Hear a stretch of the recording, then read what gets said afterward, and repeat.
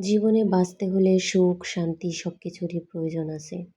তো আমি আমার এই ৫ বছর সংসার জীবনে স্বামী, সন্তান, সংসার সব কিছু নিয়ে আল্লাহর অশেষ রহমতে খুবই ভালো ছিলাম। তো হঠাৎ করে আমার এই সুখের সংসারে কালবৈশাখী ঝড় নেমে আসে। আর কেনই বা নেমে আসে সেটা আমি নিজেও জানি না। হঠাৎ করে কেনই যেন আমার হাসব্যান্ড আমার কোনো কথা বা কোনো কাজ পছন্দ করতেছিল না। আমার ভালো কোনো কথাও সে অ্যাকসেপ্ট করতে পারতেছিল না এবং ভালো কোনো কাজও সে হঠাৎ করে অ্যাকসেপ্ট করতে পারতেছিল না। তো কেন পারতেছিল না, কী কারণে পারতেছিল না, আমি এটার হিসাবটা কোনোভাবেই মিলাইতে পারতেছিলাম না। আমি কোনোভাবেই পাঁচে পাঁচে ১০ করতে পারছি না। কেন সে হঠাৎ করে আমার সাথে এমন করছে? কারণ আমার এই ৫ বছর সংসার লাইফে তো কখনোই সে এমনটা করেনি। হঠাৎ করে এমন কী হলো যে সে এমনটাই এমন করছে? সে আমাকে ভালো রাখার জন্য, বাচ্চাদেরকে ভালো রাখার জন্য সে নিজের কাছে নিয়ে আসছে। তো আমরা তো আমাদের কাছেই আছি, তার কাছেই আছি। তাহলে কেন এমন করছে? তো আমি কোনোভাবেই এটাতে মিলাতে না পেরে তো আমি এটা খুব সন্দেহ করতে শুরু করলাম যে সে কি কোনো পরনারীতে আসক্ত হলো কিনা। তো কারণ সে পরনারীতে আসক্ত হওয়ার মতোও একটা মানুষ না। তো আমি কোনোভাবেই খুঁজে কোনো কিছু পাচ্ছি না। তো হঠাৎ করে একদিন আমার শাশুড়ি, আমার ননদ, আমার হাসব্যান্ড এদের কথোপকথন আমি শুনতে পাই। এদের অনেক কথা আমি জানতে পারি। তখন আমি বুঝতে পারলাম যে আসলে তাদের কারণেই আমার সংসারে অশান্তি হচ্ছে। তো তখন আমি আমার বাবুর বাবাকে বোঝাতেছিলাম যে, "দেখো, মা-বাবা বলবেই বা আমার তো কোনো দোষ নেই। তুমি কেন আমার সাথে এমনটা করছো? কী এমন অপরাধ? আমি তো তোমার কথা, তোমার পরিবারের কথা সবার কথাই শুনে চলছি। তাহলে কেন এমনটা হচ্ছে?" তো সে আরও রিঅ্যাক্ট করে আমার এই কথাটা শুনে। তো রিঅ্যাক্ট করলে তখন আমি আর কি করব? একটা মেয়ে মানুষের জীবনে তার হাসব্যান্ড যদি তাকে পছন্দই বা না করে, জোর করে তো আর কোনো কিছু হয় না। তার কষ্টের জায়গাটা তো আর কোথাও থাকে না বলেন? তো এভাবে করে চলতে থাকে, আমি সব কিছুই মানিয়ে নিতে থাকি।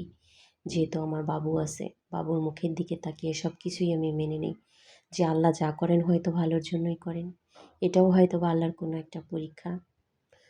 তো এরকম করতে করতে হঠাৎ একদিন আমার দেওয়ালে পেট ঠেকে যায়। কী আর করব? কোনো কিছুই খুঁজে পাচ্ছিলাম না। আমার বাবুর বাবা হঠাৎ একদিন দ্বিতীয় বিবাহ করে বাড়িতে আসে। তো তখন এই লজ্জা আমি যে কোথায় লুকিয়ে রাখবো আমি নিজেই জানি না। কারণ আমার বাবু আছে। বাবুকে আমি কি বলবো? আমি আমার সন্তানকে কি বলবো যে তার বাবা একটা বিয়ে করছে, তার মাকে পছন্দ করতেছে না। এই জন্যই আমি সব আপু এবং ভাইয়াদেরকে বলবো যে যা করার বাচ্চা হওয়ার আগে করেন। একটা বাচ্চার জীবন নষ্ট করবেন না। এখনও আমার বাবুটা বলে, "আম্মু বাবা কোথায়?" আমি শুধু পিতৃহারা হবে না বিধায় আমার সন্তানটা, সেই জন্য সব কষ্ট সহ্য করি, সব মেনে নিতে থাকি। কিন্তু কোনো লাভ হয় না যে, কারণ সে তো নতুন বউ পেয়েছে, মা বোনের কথা রেখেছে। যাই হোক বন্ধুরা, এই কথাগুলো আমার বলা না, আমার একটা বড় আপুর বলা। তো সেটাই আজ আমি আপনাদের সাথে শেয়ার করলাম।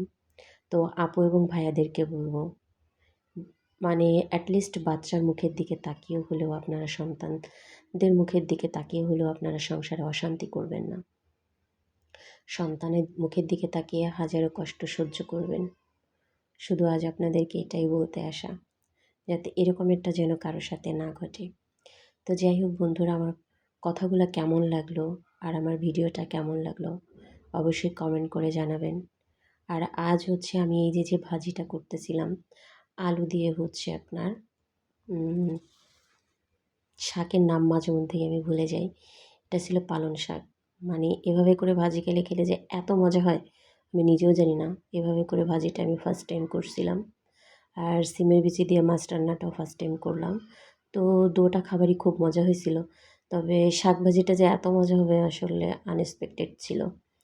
তো যাই হোক, আমি এটাতে দিয়েও চেটে পুটে ভাত খেয়ে নিয়েছি, সেটা আপনারা ভিডিওর লাস্ট পর্যন্ত দেখতেই পাবেন। আর যারা সবসময় আমার ভিডিও দেখেন, ভালোবাসা দেন, তাদেরকে অনেক ভালোবাসা, অনেক ধন্যবাদ। আর আপু ভাইয়াদেরকে বলছি, যারা এখন আমার চ্যানেলে সাবস্ক্রাইব করেন নাই, আমার চ্যানেলটাকে সাবস্ক্রাইব করে দিবেন। আর যদি ভিডিও ভালো লেগে থাকে তাহলে বেল বাটনটা প্রেস করে রাখবেন, যাতে নিত্য নতুন যে কোনো ভিডিও দেখতে পান। তো সবাই ভালো থাকবেন। আল্লাহ হাফেজ।